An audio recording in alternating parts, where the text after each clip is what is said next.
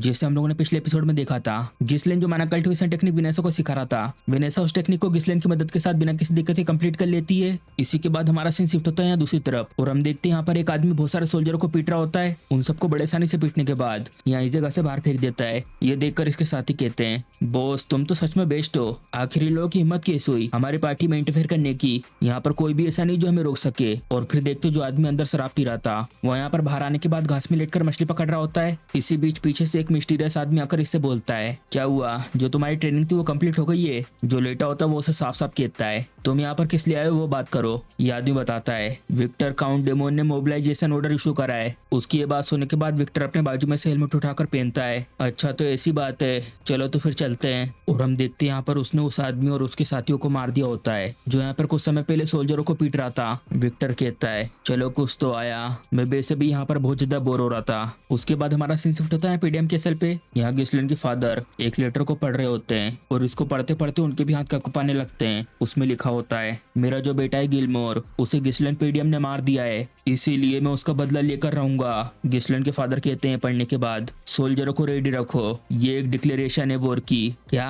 डिगार्डस का क्या दिमाग खराब हो गया है इस तरीके का क्लेम करना कि गिस्लेन ने गिलमोर को मार दिया है। झूठ बोलकर वॉर को डिक्लेयर करने के लिए हमें उन लोगों को सबक सिखाना ही होगा। हम लोगों ने उन्हें इतने लंबे समय से एक फैमिली की तरह ट्रीट करा, ऐसा कभी सोचा नहीं था कि वो हम लोगों के ऊपर इस तरीके से हमला करेंगे। लेकिन आखिर उन लोगों को ये लड़ाई करने से मिलेगा क्या। बाजू में से गिस्लेन कहता है, ये सब कुछ वो लोग रनस्टोन की वजह से कर रहे हैं। मुझे याद है जब मैं मैजिक टावर के लिए गया था उसी वक्त यहाँ से 2 लोगों को भेजा गया था डिगार्डिस की टेरिटरी में। उन लोगों ने जरूर वहां जाकर हमारी टेरिटरी में जो भी चल रहा है उसकी इन्फॉर्मेशन दे दी होगी। ये सुनकर यहाँ पर ये लोग हैरान होकर कहते हैं, क्या तुम ये कह रहे हो कि हमारे लोगों ने हमें धोखा दिया। ये जो तुम कह रहे हो ये एक बोल्ड एक्यूजेशन है, गिस्लेन के फादर मन में कहते हैं। वो रनस्टोन्स ऐसा अक्सर होता है कि अपनी टेरिटरी के लिए करेगा अच्छे काम, कभी कभी बहुत बड़ी दिक्कत बन जाते हैं। लेकिन ऐसा लगता है कि तुम्हें यह बहुत पहले से पता था कि ऐसा कुछ होगा। बाजू में से नाइट चिल्लाते हुए बोलते हैं, अब इस सब के लिए और ज्यादा सोचने की कोई जरूरत नहीं है। हमारी जो आर्मी है वो डिगार्ड के कंपेयर में बहुत ज्यादा है, हम उन्हें अपने नंबरों से बड़े आसानी से हरा सकते हैं। तभी इसी बीच बाहर से एक नाइट भागता हुआ यहाँ का गेट खोलकर अंदर की ओर आता है। ये सीरियस है माय लॉर्ड,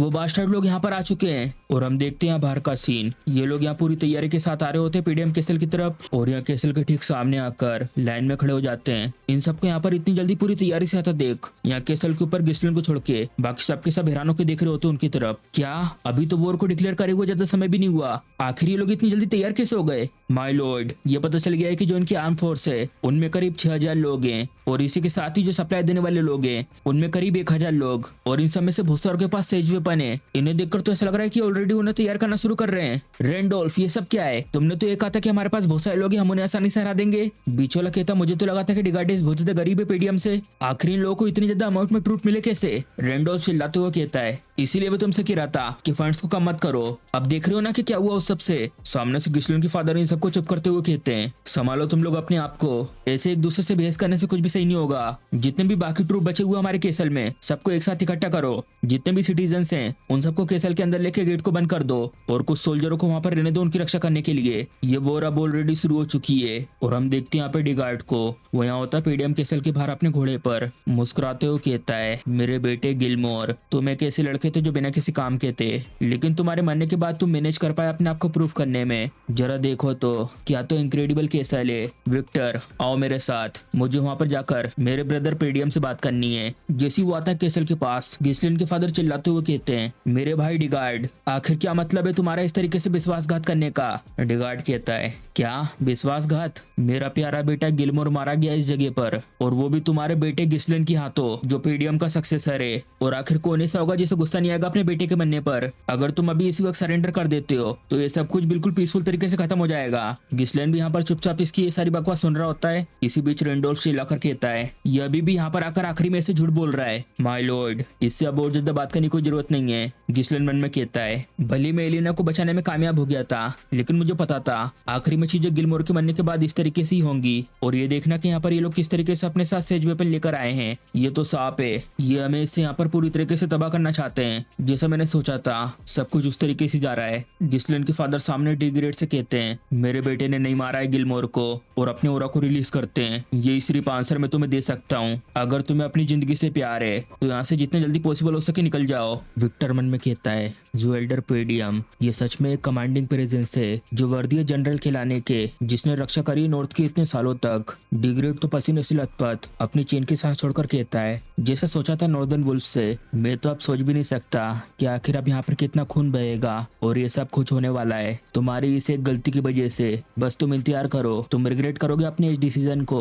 और हंसते हुए निकल जाता है यहाँ से। बाजू में से रेंडोल्फ चिल्लाकर कहता है ब्रदर प्लीज जितने भी ट्रूप्स हैं उन सबको मुझे दे दो। ये जो अभी हम पे हमला कर रहे हैं ये एक ऐसे कुत्ते जिन्होंने कोई भी तैयारी नहीं करी हुई है। मैं उन सबको एक बार में वाइप आउट करके विक्ट्री लेकर आऊंगा। ये सुनने के बाद ये दोनों रेंडोल्फ को रोक रहे होते हैं। क्या तुम्हारा दिमाग खराब हो गया है? भले तुम कितने भी स्ट्रॉन्ग क्यों ना हो, लेकिन इतने ज्यादा नंबर डिफरेंस के साथ तुम उनसे कभी भी नहीं जीत पाओगे। और वैसे भी ऐसी हारी हुई लड़ाई लड़ने से हम अपनी जिंदगी तक खो सकते हैं। रेंडोल्फ कहता है लेकिन हम लोग ऐसे खड़े होकर देख तो नहीं सकते, कुछ ना कुछ तो हमें करना ही होगा। क्या कहना है इसके बारे में? हम लोग रिक्वेस्ट करें दूसरी टेरिटरी से मदद के लिए, लेकिन क्या हम लोग उनके आने तक का इंतजार कर भी पाएंगे? लेकिन फिर भी इस सब के बावजूद ही हमारे पास आखिरी मौका है। लेकिन इस सब के लिए हमें इस कैसल को छोड़कर जाना होगा नॉर्दर्न फॉरेस्ट की तरफ। उन सबको इस तरीके से आपस में बातें करता सुन गिस्लेन के फादर मन में कहते हैं यहाँ पर पूरा केओस मच चुका है। मैं भी अच्छे से सोच नहीं पा रहा हूँ कि मुझे ऐसे हालात में क्या करना चाहिए। जैसी वॉर की डिक्लेरेशन हुई हमारे एनिमी अचानक से सामने आ गए पूरी तरीके से तैयार होकर। और अगर ध्यान दे एनिमी की ट्रूप्स के नंबरों पर तो जरूर कोई ना कोई है जो इनके पीछे रहकर इनकी मदद कर रहा है, नहीं तो ये इतने सारे लोग कैसे इकट्ठा कर पाते। मुझे आखिर क्या करना चाहिए ऐसे हालात में? बाजू से गिस्लेन बोलता है चलिए तैयारी करते डिफेंसिव बैटल की। गिस्लेन के फादर चौंक जाते हैं।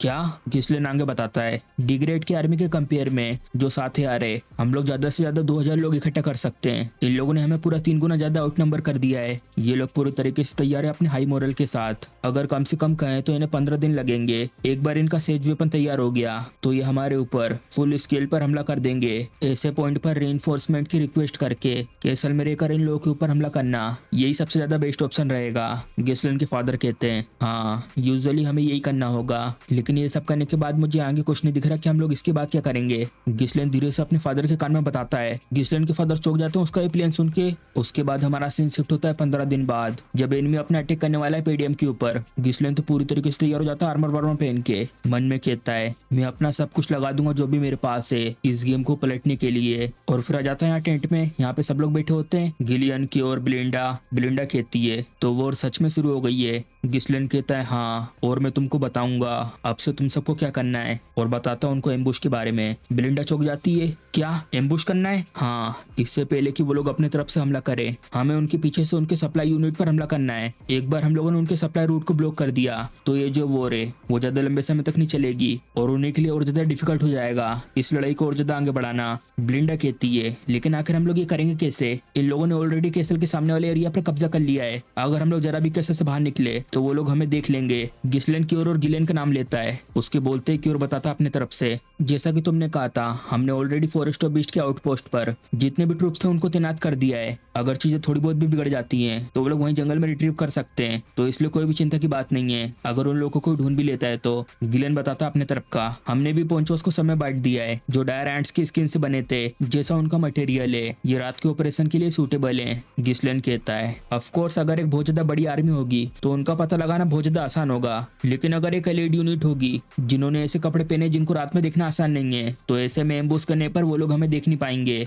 लेकिन सिर्फ एक ही दिक्कत है, सप्लाई यूनिट की लोकेशन का पता लगाना। बिलिंडा मैं चाहता हूँ कि ये काम तुम करो, पता लगाओ आखिर वो है कहाँ पर। बिलिंडा बिना और कुछ कहे इस बात के लिए मान जाती है। ठीक है मैं समझ गई। गिस्लेन मन में कहता है ये एक बहुत ज्यादा डेंजरस मिशन है जिसके लिए तुम्हें मौत से बचकर एनिमीज के बीच में जाना होता है, लेकिन मैं श्योर हूँ बिलिंडा इसे आसानी से संभाल लेगी। इस सब के बाद लास्ट में मुझे जिस चीज की जरूरत है वो है द स्ट्रॉन्गेस्ट कार्ड जो हमला करेगी अपने एक फिनिशिंग ब्लो के साथ इस वॉर में। फिर उसके बाद हमारा सीन शिफ्ट होता है कुछ दिनों बाद ये सप्लाई यूनिट के कैंप में। यहाँ पर ये लोग खुशियां मना रहे होते हैं। ये वॉर आखिरकार शुरू हो ही गई, बस कुछ और दिन। इसके बाद मुझे रिवॉर्ड के रूप में एक बहुत बड़ी जगह मिलेगी। ये अच्छा है कि हम लोग लास्ट के समय काउंट डेमोन के साइड में आ गए। इसकी मदद से अब हम लोग पीछे रहकर आराम कर सकते हैं बिना अपनी जिंदगी को दांव पे लगाए। ये बस सिर्फ तुम्हारी वजह से हो पाया है जिसने लास्ट के कुछ समय में इतना बढ़िया डिसीजन लिया। गुड बाय पेडियम, अब इस जगह का कुछ पार्ट मेरा होने वाला है इस लड़ाई के बाद। और हम देखते हैं टेंट के बाहर गिस्लेन आ गया होता है रात में यहाँ पर हमला करने के लिए। गिस्लेन कहता है बिल्कुल सही टाइम है, लेकिन बिलिंडा कहती है छी क्या तो गंदा मौसम है। क्योर कहता है यहाँ तो सच में बहुत ज्यादा अंधेरा है, मैं तो कुछ देख भी नहीं पा रहा हूँ। गिस्लेन बताता है ये परफेक्ट है एम्बुश करने के लिए, क्यों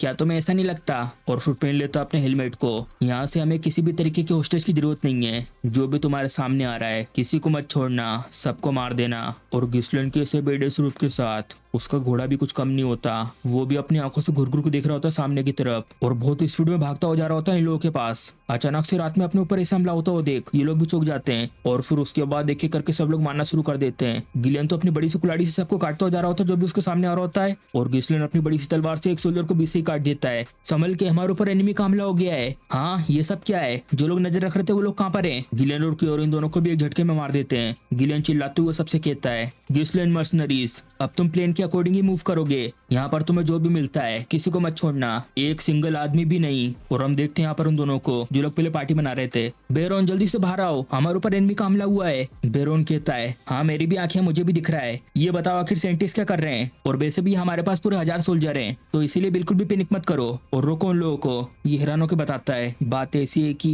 70% से ज्यादा लोग ऑलरेडी मारे जा चुके हैं, इसमें हम लोग अकेले कुछ भी नहीं कर सकते। और हम देखते हैं यहाँ पर ये सबके सब लगातार मारते जा रहे होते हैं। बेरोन घबरा जाता है सुन के, चलो यहाँ से भागते, अगर ऐसे चलता रहा तो हम लोग भी मारे जाएंगे क्या?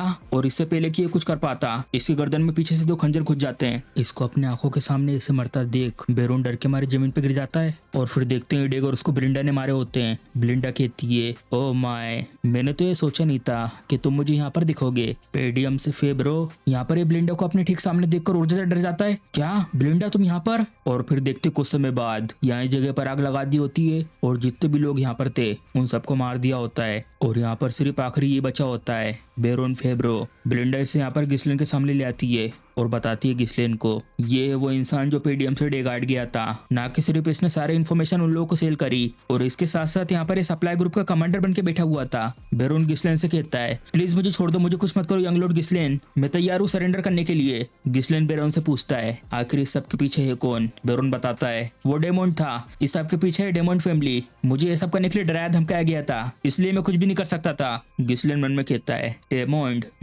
जैसा सोचा था, ये है वो जिसने सपोर्ट भेजा डिग्रेड को। बेरोन चिल्लाता हुआ कहता है सिचुएशन भले यहाँ तक पहुंच गई है, लेकिन तुम्हें पता है कि मैंने पेडियम को बहुत लंबे समय से सर्व करा है, अगर तुम मुझे काउंट डिग्रेड को देते हो तो वो जरूर मेरे लिए बहुत बड़ा प्राइस देंगे, मैं डेफिनेटली तुम्हारे लिए एक प्रॉफिटेबल डील हूँ। गिस्लेन अपने घोड़े से उतरता है, अपने सिर को ऊपर करो। बेरोन खुश हो आता है ठीक है यंग लॉर्ड, आपका बहुत बहुत शुक्रिया मुझे एक और चांस देने के लिए, मैं अपने इस मौके का बहुत अच्छे से यूज करूंगा पेडियम को अपनी पूरी जिंदगी भर सर्व करने के लिए। लेकिन गिस्लेन उसके एक ही झटके में गर्दन काट देता है। हाँ मैं तुम्हारे जैसे लोगों के साथ बिल्कुल भी डील नहीं करता, जिन जिन लोगों ने पेडियम के ऊपर अटैक करा है उन्हें सिवाय मौत के कुछ नहीं मिलेगा।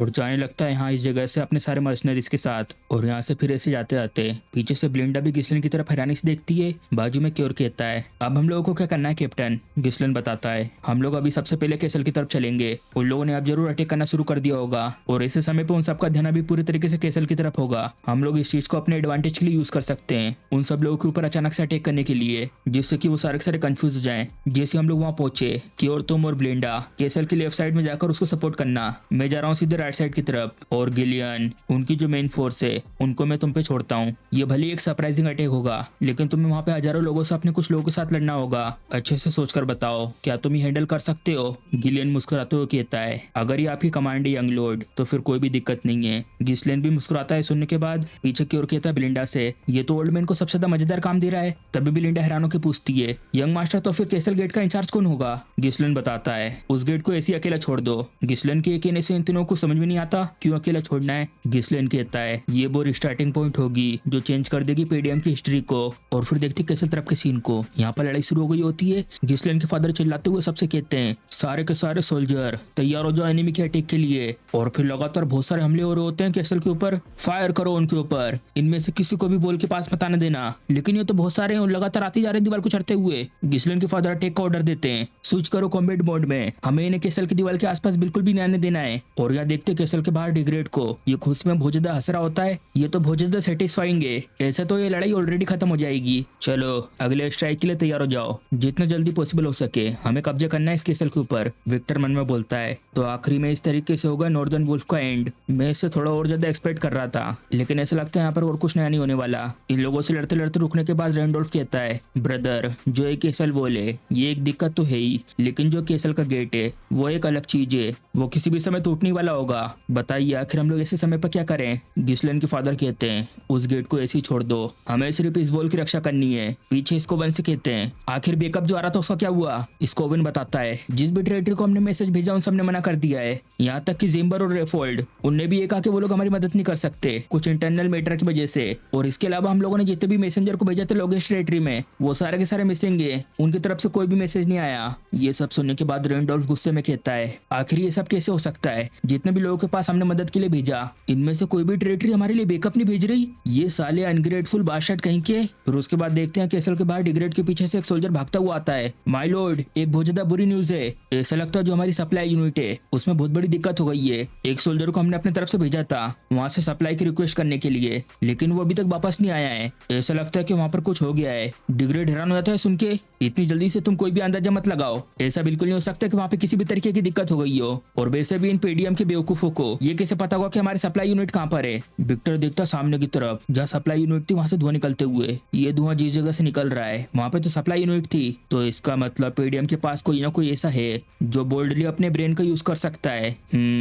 इंटरेस्टिंग। डिग्रेड पूछता है विक्टर से, अब हम लोग क्या करें? वॉर तो अभी शुरू हुई है, अगर ऐसे में हमारे पास अपने सप्लाई नहीं हुए तो फिर बहुत बड़ी दिक्कत हो सकती है। विक्टर रैंडोल्फ के गाल पे उसे धीरे से मारते हुए उसको शांत करते हुए कहता है, हमें किसी भी सप्लाई की जरूरत नहीं है, हम लोग सिंपली केसल पे कब्जा कर लेंगे और वो भी आज के दिन ही। डिग्रेड सुन के हैरान होता है, क्या आज ही? विक्टर देखता है केसल की तरफ मुड़ के, मन में कहता है, जो हमला शुरू हुआ था लेफ्ट वॉल और राइट वॉल पे, ये अभी कुछ समय पहले ही शुरू हुआ है, लेकिन वो अभी तक टूटी नहीं है। ऐसा जरूर उन पेडीएम के एलिट फोर्स की वजह से हुआ होगा, इंक्लूडिंग नॉर्दर्न वुल्फ जो इतने समय से होल्ड करके रखे हुए हैं। लेकिन जो एक केसल गेट है यहाँ पर कोई नहीं है। मैं देख सकता हूँ। और फिर अपनी तलवार को उस केसल गेट के सामने करते हुए अपने पीछे की सारी फोर्स को उस गेट की तरफ बढ़ने का ऑर्डर देता है। सारे की सारी फोर्स बढ़ो उस जगह की तरफ, आज हम लोगों को इस केसल के गेट को पूरा तबाह करना है। लेकिन उस केसल गेट की तरफ जाने से पहले वो पीछे किसी का नाम लेता है, एडोन। और फिर हम देखते पीछे से आता है एडोन घोड़े पर बैठा हुआ, अपना एक बहुत बड़ा सा भाला ऊपर करते हुए, साथ में एक शील्ड लेकर।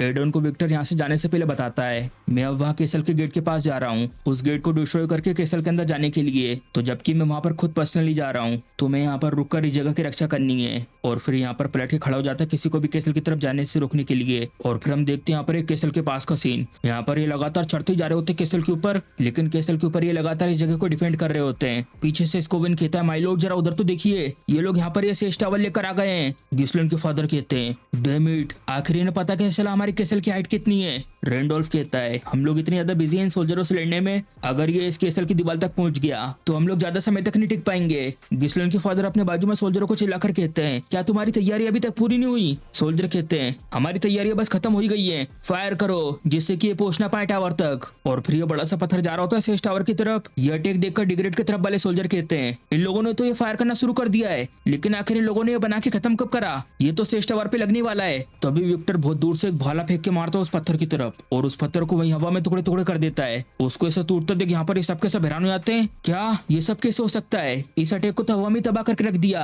आखिर वो है कौन जिसने ये सब करा है? तभी गिस्लेन के फादर की नजर पड़ती सामने से आते हुए विक्टर पर, जो केसल गेट की तरफ बढ़ रहा होता है, जिसने वो अटैक किया था। क्या वो यही है? विक्टर अपनी तलवार निकालते हुए बोलता है, यहाँ पर कोई भी पॉइंट नहीं बनता तुम्हारे इतना स्ट्रगल करने का पेडियम, तुम्हारी तबाही ऑलरेडी लिखी जा चुकी है, भले तुम कितना भी रेजिस्ट करो तुम इसमें कुछ भी नहीं कर सकते। सेज रैंप बढ़ो केसल गेट की तरफ। और फिर ये स्पीड में से ले जा रहे होते केसल गेट को तोड़ने के लिए, और यहाँ दूसरी तरफ केसल की दीवार पर ये सेज टावर को भी लगा देते हैं। उसमें से फिर बहुत सारे सिपाही एक साथ आने लगते हैं केसल के ऊपर। माय लॉर्ड, ये तो बहुत सारे आते जा रहे हैं, आखिर अब हम लोग क्या करें? गिस्लेन के फादर अपने चारों ओर ये सब होता हुआ देखकर परेशान होते हुए गिस्लेन का नाम लेते हैं। फिर उसके बाद देखते जिस गेट को वो लोग तोड़ रहे होते हैं उसके अंदर का सीन। लगातार बहुत सारी आवाज आ रही होती है उस गेट को तोड़ने की, और देखते हैं यहाँ पर गेट के पास एक सर्कल बनाकर उनके चारों ओर मैजिशियन को बिठा दिया होता है उनके हाथ बांधकर। एल्फोय चिल्लाते हुए कहता है, मुझे जाने दो तुम लोली बास्टर्ड कहीं के, हम लोग मेजेस हैं ना कि पार्ट हैं इस डेम वॉर के। ओल्ड मैन कहते हैं, ये हमारे यंग मास्टर की तरफ से ऑर्डर है, तो प्लीज चुपचाप बैठे रहिए। एल्फोय कहता है, क्या तुम्हारी आंखें नहीं है क्या?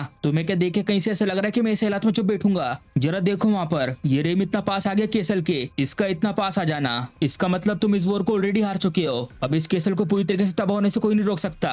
वेनेसा एल्फोए से कहती है, चिंता मत करो एल्फोए, क्योंकि मुझे भरोसा है यंगलॉर्ड पर, वो ऐसा बिल्कुल भी नहीं होने देंगे। एल्फोए कहता है, क्या बकवास बात कर रही हो? उस लड़की की तो बात मत करो तुम मेरे सामने, हम सब के सब यहाँ पर बेफालतू में मार जाएंगे, और वो भी उस लड़के की वजह से। आखिर अब वो क्या करेगा ऐसे समय पर? वेनेसा कहती है, लेकिन फिर भी मुझे उस पर भरोसा है। एल्फोए गुस्से में कहता है, अपने मुंह को बंद करो, क्या तुम लगातार उस पागल इंसान के ऑर्डर को मानते रहोगी? वेनेसा कहती है, नहीं, वो कोई पागल नहीं है, बिल्कुल भी नहीं। तो इसी के साथ जो हमारा एपिसोड तो वो खत्म हो जाता है। अगर आपको वीडियो पसंद आई तो वीडियो को लाइक, चैनल को सब्सक्राइब करना मत भूलिएगा। चल मिलते हैं अगले एपिसोड में।